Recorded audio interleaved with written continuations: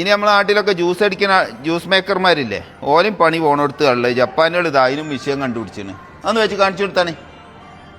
ഒരു credit card ഇവിടെ വെക്കുക, ഇങ്ങോട്ട് വലിക്കുക. നമുക്ക് ഏത് ജ്യൂസാണ് വേണ്ടതെന്ന് വെച്ചാൽ ഓറഞ്ചാണ് ഈ കിടക്കുന്നത് കേട്ടോ. ഇതൊക്കെ ജപ്പാൻകാരോരോ കരവിരുതാ. നമ്മൾ എന്താ ചെയ്യുക? എങ്ങനെയാണ് നമ്മളെ കുട്ടിയെ പണിയില്ലാതാക്കുക? ഓറഞ്ച് ഇങ്ങനെ പിഴിഞ്ഞ് ഇതിലേക്ക് ഇങ്ങ് വരും.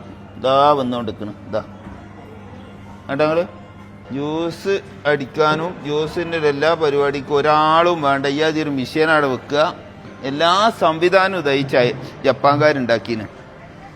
ജപ്പാൻകാരത്തായതുകൊണ്ട് കേട് വരും എന്നുള്ള ബേജാറും ഉണ്ടാവില്ല. ഒരുമാതിരി കേട് വരാതെയാണല്ലോ കിട്ടുന്നത്. വരുന്നത് ജ്യൂസ് വരുന്നത് നോക്കി. ജ്യൂസ് നല്ല സീലിങ് ചെയ്തിട്ട് ഇതിൽ വന്നാണ്. ഈ സ്ട്രോ ഇവിടെ വരണം. സ്ട്രോ അവിടെ എന്നിട്ട് കുടിക്കുക.